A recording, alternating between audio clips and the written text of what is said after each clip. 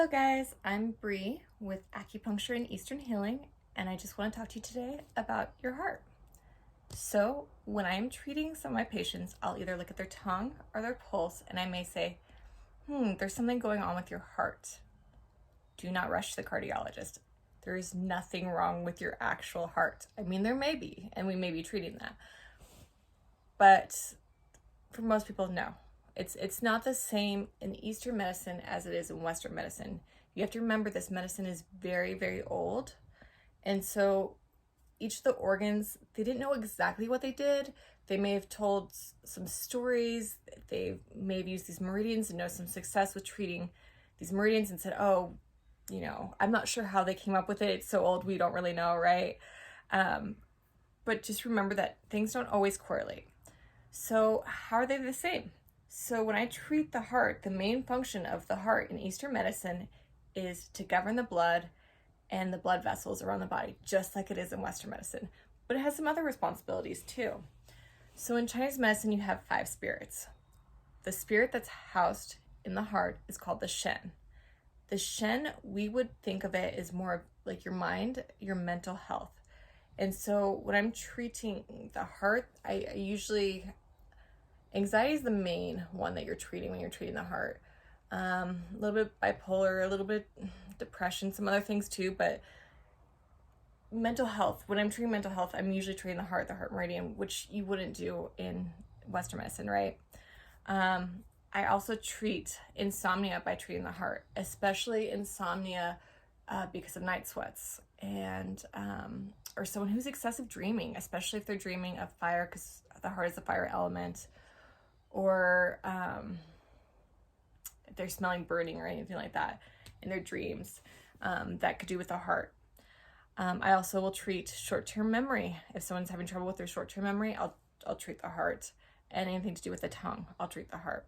So if your heart is in really good balance, you'll have balanced emotions, you'll have a great memory, and you'll be sleeping perfectly. So how do we achieve this? Well, one, getting acupuncture and stuff is great, but you want to be careful about the things you do throughout your day. So the emotion that is correlated with the heart is joy, and the sound is laughter. So if you are coming home, you want to do things that you enjoy, and maybe put something on the TV like a comedy. You don't want to come home and watch some drama or something that's going to make you feel really tense. Just do things that you enjoy. Eat things you enjoy. Surround yourself with people that you enjoy. But on the flip side, because everything in Chinese medicine is yin and yang, what nourishes it can also hurt it.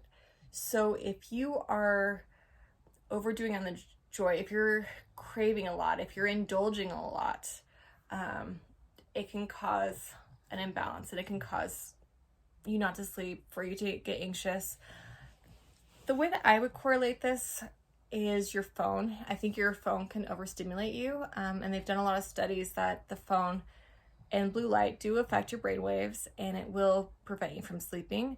Sometimes people who are on Instagram a lot and looking at things, they're more anxious. So I think I've heard the same thing with video games too. So be careful about overstimulating yourself, indulging too much. I mean, we're in this society where everything's at the tip of our fingers. So just be really careful. Just keep things in balance. You also want to keep your mind really calm to kind of process your emotions. So I always recommend meditating at least twice a day. I like Headspace or Calm, but you can get free ones off of YouTube, anything like that. So I highly recommend meditation practice to nourish your heart. And then the thing that people don't like to change as much is our diet, right? So bitter is the flavor that's correlated to the heart.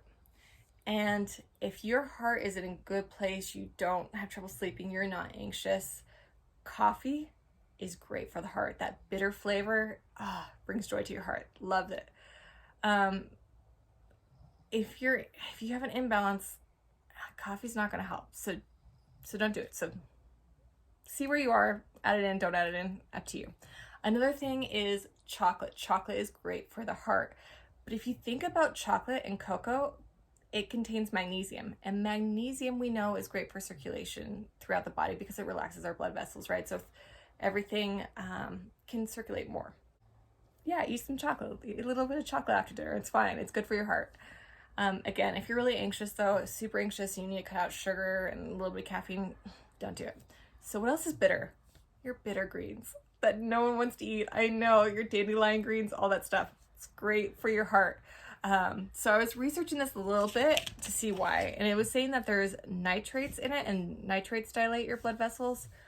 And also a lot of your B vitamins that are depleted in stress are also found in your bitter greens. So those are just some quick tips on how to nourish your heart.